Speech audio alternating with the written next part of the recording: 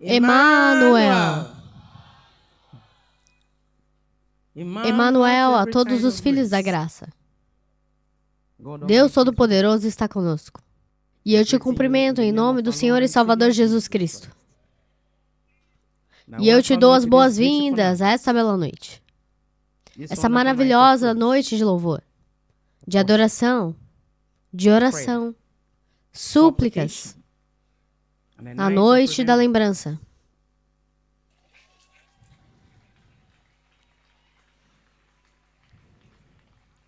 Como filhos do Altíssimo Deus, reunimos-nos novamente como uma grande família para adorar, louvar, compartilhar e buscar o rosto daquele que sozinho pode fazer o impossível em nossas vidas. Sabemos que não temos poder em nós mesmos. Todo poder no céu e na terra pertence a Deus e somente a Ele. Bem-vindo a todos novamente. Que a paz de Deus permaneça em vocês. Que a alegria de Deus permaneça em vocês. E que a glória de Deus permaneça conosco. Aleluia. Por favor, tomem seus lugares. Uma noite de louvor, uma noite de adoração, noite de lembranças. É sobre isso que se trata essa noite. Os filhos de Deus têm a noite da lembrança. Daquela noite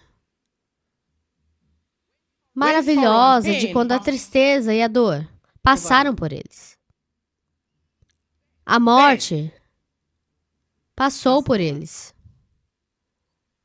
O terror e o medo passou por eles. Porque havia sangue no batente da porta. Sangue que veio com instrução e obediência. O sofrimento passou por eles. O medo e o terror passaram por eles. Aquela noite maravilhosa. E essa noite é aquela noite para você. E essa noite é a sua noite. Porque você foi chamado e veio à obediência. Há uma marca de Cristo em sua vida. Sim, uma marca de Cristo em sua vida. A tristeza em sua vida passará em nome de Jesus. Doenças e aflições em sua vida passarão em nome de Jesus. Sangue significa a presença de Deus, sua proteção. Você será protegido em nome de Jesus Cristo. Você será guiado em nome de Jesus Cristo. E agora, comece a fazer um sinal da cruz na testa. Sinal da cruz na testa.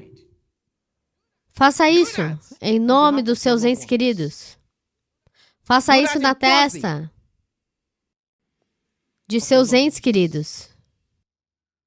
Sinal da cruz. Diga, eu estou coberto pelo sangue de Jesus. Quero ouvir alguém dizer, eu estou coberto pelo sangue de Jesus. Obrigado, Senhor. Aqui estamos novamente. Então, alimente seu espírito com a palavra de Deus. Alimente seu espírito com a palavra de Deus. Sabemos que Deus Todo-Poderoso não faz nada sem a sua palavra. Sua palavra disse, venha, e estamos aqui. Ele fala conosco pela palavra, pelo seu espírito. Deus nos abençoa através da sua palavra. Somos guiados pela palavra. Portanto, continue a fazer da palavra o padrão para a sua vida. Diga a alguém que a palavra seja o padrão para a sua vida. Que a palavra de Deus seja um padrão para a sua vida. Nessa noite falaremos sobre competitividade. Espero que você tenha a palavra de Deus com você. Não só na mão, mas também no seu coração. Que a Bíblia não fique apenas na sua mão, mas também em seu coração. Aleluia! Então vamos abrir nossa Bíblia no livro de João. Deixe-me ver sua Bíblia. Levante-a, vamos ver sua Bíblia.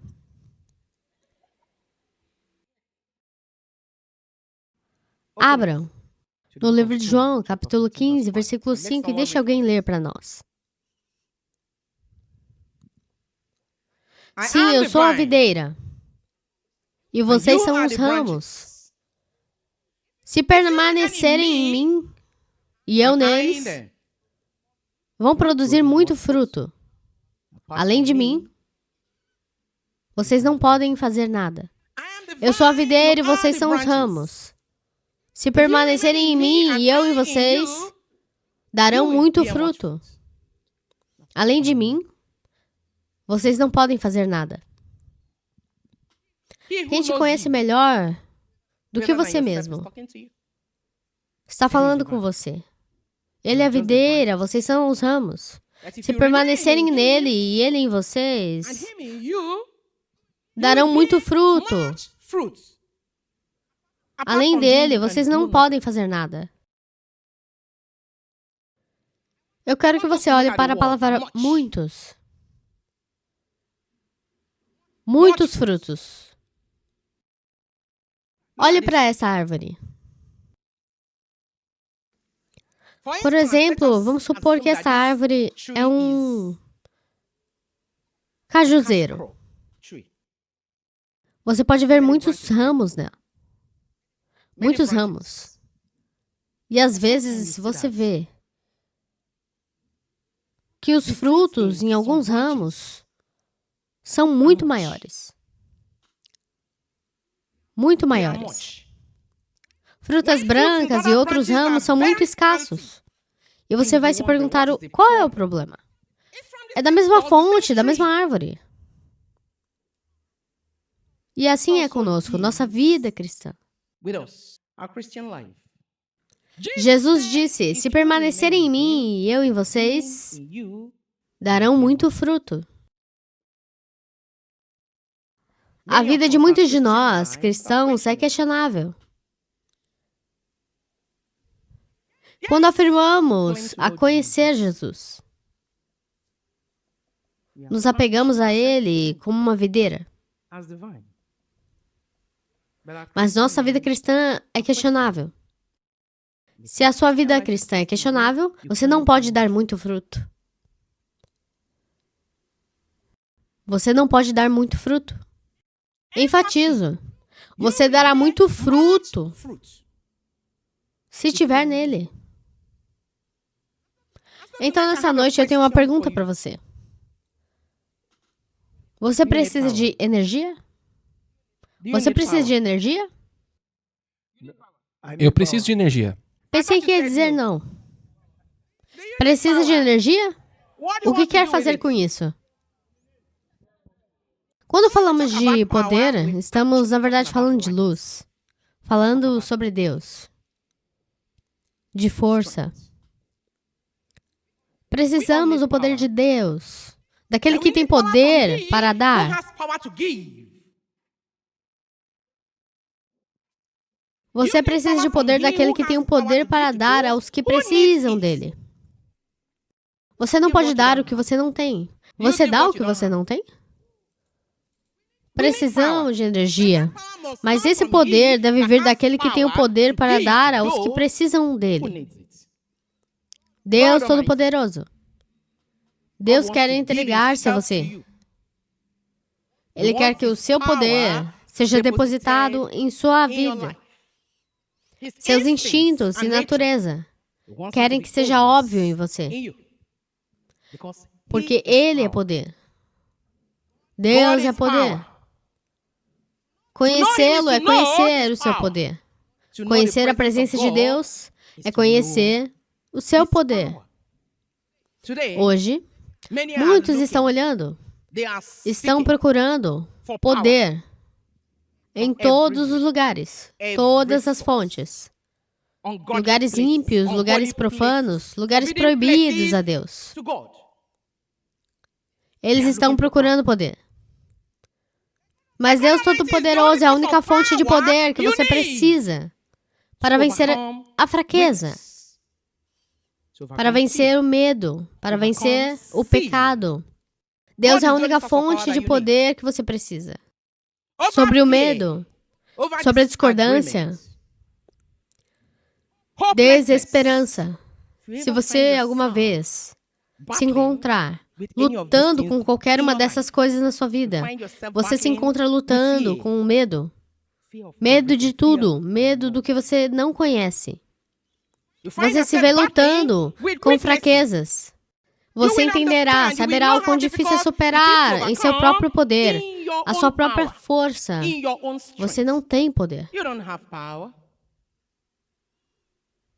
Você verá como é difícil para você vencer em sua própria força, em seu próprio poder. O homem diante do seu Criador é como uma bateria. Antes do seu Criador, você é como uma bateria que precisa ser constantemente carregada. Você precisa ser constantemente carregado. Você se conecta a uma tomada e permanece lá. Você tira, desconecta. Você é como o quê? Bateria, que precisa ser constantemente carregada. E se você quiser ficar totalmente carregado, você precisa estar conectado à fonte. Se você quiser ficar totalmente carregado, há necessidade de transmissão de poder de Deus para você em todos os momentos. Porque toda decisão errada, escolha errada, movimento errado, passo errado, que o homem tomou na sua vida, é porque ele se desconectou da sua fonte. Decisão errada, passo errado, movimento errado, que você já fez em sua vida, é porque você se desconectou de sua fonte. E quando a vida de fé desaparece, a vida se torna o quê? Uma estrada cansada. A vida se torna como uma parte assustadora para seguir em frente. Precisamos de Deus. Digamos todos, eu preciso de Deus. Posso ouvir o Filho de Deus dizer, eu preciso de Deus? Sim, você precisa de Deus. Muitas pessoas estão desconectadas de sua fonte hoje, por causa da inconstância da vida, problemas da vida, desafios da vida. Mas posso assegurar que você ainda pode ser reconectado. Você pode ser reconectado. Não importa quão desconectado você possa ter sido, você pode ser reconectado ao seu Criador. Como filho de Deus, a quem você confia, espera em Cristo somente. Você pode ser reconectado.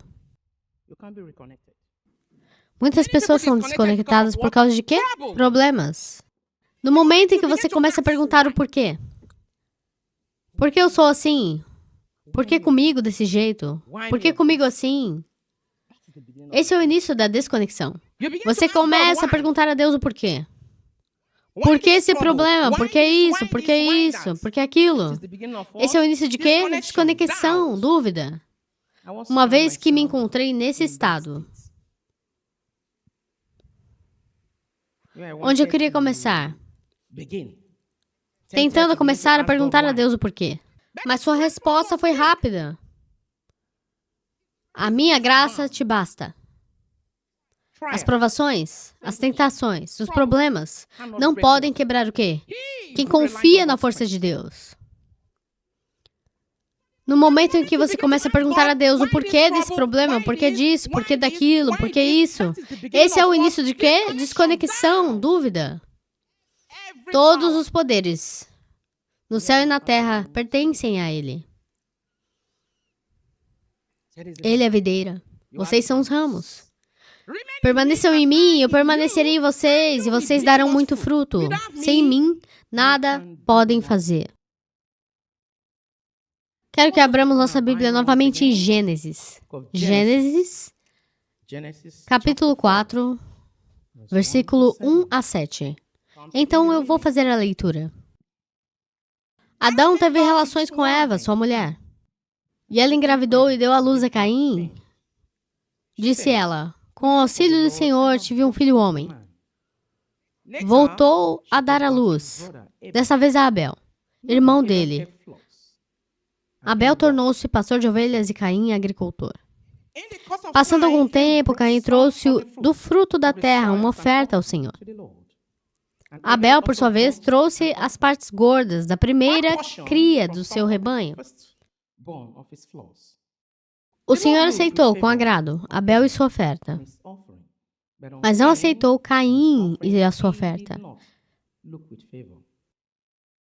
Por isso Caim se enfureceu e o seu rosto se transformou. O Senhor disse a Caim: por que você está furioso? Porque se transtornou o seu rosto.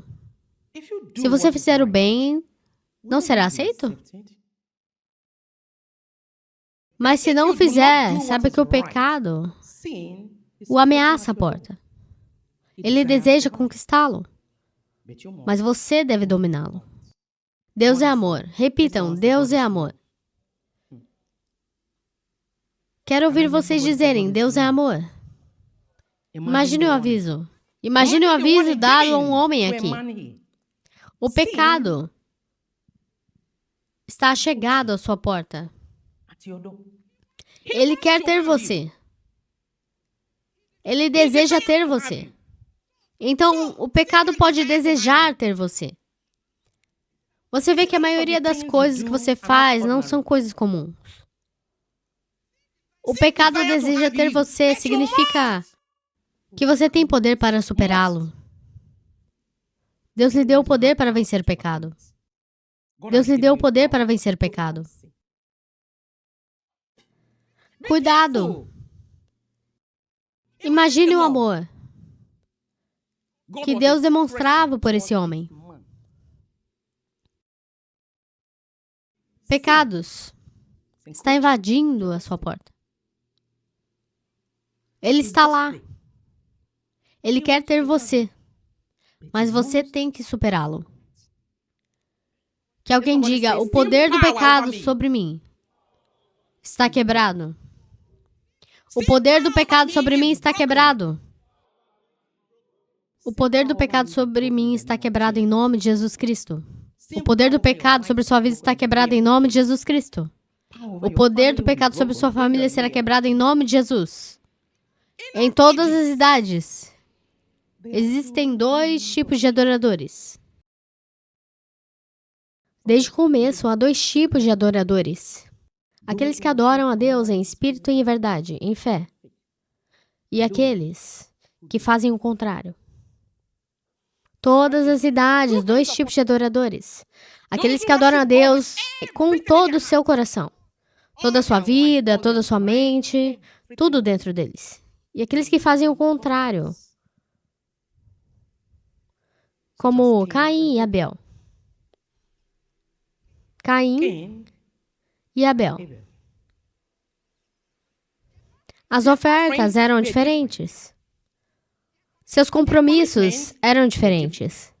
Seus desejos eram diferentes. Um mostrou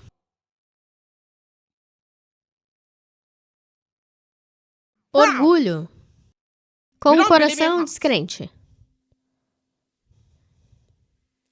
Ego inflado, que nasce do orgulho. Ele veio, apareceu assim, e sua oferta foi rejeitada. O outro se apresentou como? Ele veio como um pecador, que precisa da misericórdia de Deus, precisa do seu amor, precisa da sua orientação. E ele foi honrado. Ele adorava com fé. Ele ofertou com fé. Ele se moveu em fé. Fé. O homem de Deus disse que é o nosso movimento natural em direção a Deus. A fé vai fazer você ver o que Deus está olhando. Fazer você se mover na dimensão de Deus. Ele ofereceu em fé e foi honrado. Mas aqui vem o quê? Divisão, competição, ferramenta de Satanás. Essa é a ferramenta de Satanás. Satanás pode vir até você e dizer: desejo ter de você, não se esqueça. Mas ele não pode vir te abraçar e dizer: vem comigo, me dê a sua vida, me dê isto. Não. Ele virá através da dúvida, através do ciúme, da inveja, amargura, ofensa. Ele se alimenta dessas coisas. Caim estava zangado com quem? O irmão dele. Ele se rebelou contra Deus. Ele estava zangado. Ele estava em competição com ele. O que a Bíblia diz sobre ser rebelde? Diz que o espírito é tão ruim quanto a bruxaria. Um espírito rebelde é tão ruim quanto a bruxaria. Ele estava zangado com ele. O que aconteceu? Malícia no coração. Ofensa no coração. A raiva do coração. A frustração no coração. Termina em assassinato. Lide com a ofensa. Lide com a raiva. Lide com a amargura. Você, lide com a inveja. Ciúmes. Porque é destrutivo. Vamos todos dizer, porque é destrutivo. Destrutivo. Caim matou o seu irmão. Seu irmão mais novo. A quem devemos amar e proteger. Ele o matou. A primeira morte registrada na Bíblia. Trouxe vergonha, tristeza, angústia à família, aos pais. Lide com a raiva. Você deve lidar com ciúmes. Ciúmes é uma ferramenta de Satanás. A Bíblia nos fez entender que Satanás deseja você. O pecado deseja você. Então não o alimente, não lhe dê ferramentas. Competitividade. Competitividade. O que é isso tudo? O desejo de se provar superior. Ei, eu sou superior. Sou mais do que você. O desejo de ter sucesso a qualquer custo. O desejo de fazer o quê? De ter sucesso a qualquer custo. Superar os rivais. Isso vemos em todas as áreas dos nossos esforços. Eles estão lá, em sua casa, em seu lar, em seus escritórios, em todos os lugares, em todos os campos, na sua casa, nos irmãos, na organização, a qual as igrejas fazem parte. A Bíblia nos disse no livro de Tiago, capítulo 3, versículo 16, uma vez que temos ciúmes e ambições egoístas, existe contenda e todo mal está lá. Que batalha você está lutando hoje? Qual é a corrida que você está correndo? Com quem você está brigando? Que corrida você está correndo? Que batalha você está lutando? Quem é o seu rival? O que é aquilo? Apenas saibam que não há olhar maligno, olhar invejoso, que escapa ao olhar observador de Deus. Seja qual for a batalha que você esteja lutando hoje, a corrida que você está correndo, seja uma corrida saudável ou não, lembre-se sempre de que os olhos de Deus estão sobre você. Ele está vigiando você. Cuidado. Se a corrida que você está correndo é para a glória de Deus, você entenderá que não há concorrência no destino. Não há competição no destino. Você correrá a sua corrida como Deus a projetou para você. E você estará satisfeito. Você é esse ramo, não é? Ele disse que se você permanecer nele, você dará muito fruto. Sem competição do quê? Destino. Se a corrida que você está correndo é para a glória de Deus, você correrá essa corrida com todo o seu coração, com tudo que está dentro de você. Vamos ler a Bíblia novamente. Eu quero que alguém leia para nós. O livro de Marcos, capítulo 9, versículos 33 a 35. Eles chegaram a Cafarnaum. E depois de entrar, Jesus perguntou aos seus discípulos: Depois de entrar onde? Em casa. Sim, Jesus perguntou aos seus discípulos Ele perguntou aos seus discípulos sobre o que estavam discutindo, sobre o que vocês discutiram no caminho. mas eles não responderam. Eles não responderam. Espera, irmã, eles não responderam. Porque eles sabem que esse argumento é errado. Minha Bíblia diz que eles ficaram quietos. Ficaram quietos porque o que discutiam estava errado. Até seu coração os convenceu disso. Que isso é errado. Então eles ficaram quietos. E o que aconteceu depois? Porque na estrada, Na estrada, eles estavam discutindo entre si eles discutiam entre si. sobre quem era o maior. Quem será o maior? Onde? Certo, e qual foi a resposta de Jesus a eles? Jesus sentou-se, Jesus se sentou. chamou os 12 discípulos Ele os chamou todos juntos. e disse-lhes: Ouçam-me. quem quiser ser o primeiro, Quem quiser ser o maior deve se colocar em último lugar. Seja o servo de todos. Aleluia. Isso incentiva a competição? Você deseja ser o maior? Esse é o argumento aqui. Então você deve estar pronto para servir. Você será servo de todos. Estamos falando sobre o quê? Competitividade. Deus não encoraja. Não precisamos dela em nossas vidas. É uma ferramenta de Satanás. Você deseja ser o maior? Você deseja ser o primeiro? Ele disse, você primeiro se tornará o último. E você servirá a todos. Você sabe o que significa ser servo da multidão? Você dará a sua vida por isso. Servo de todos. A quem Deus te confiou. Você dá a sua vida por isso. Quando alguém está caindo, você estará de pé. Quando houver consequências, você estará de pé. Quando ninguém pode dizer a verdade, você dirá a verdade. Então, se você deseja ser maior, você deve ser o servo de todos. Aqueles que competem por objetivos mundanos. Veja, eles estão competindo por objetivos mundanos, porque eles são motivados pelo que eles valorizam. Senso de valor. Senso de valor. Perderam o que é importante na vida. O que é importante na vida? Perseguir as coisas que não têm valor significativo duradouro. Eles perseguem coisas que não têm felicidade autêntica. Negligenciando o quê? Os princípios. Relacionamento, caráter, integridade. Por causa do quê? Ego elevado. Isso nasce do orgulho. Povo de Deus, cadê vocês? Onde você está em tudo isso? Alguém pode ler o livro de Obadias? Capítulo 1, versículo 3 para nós.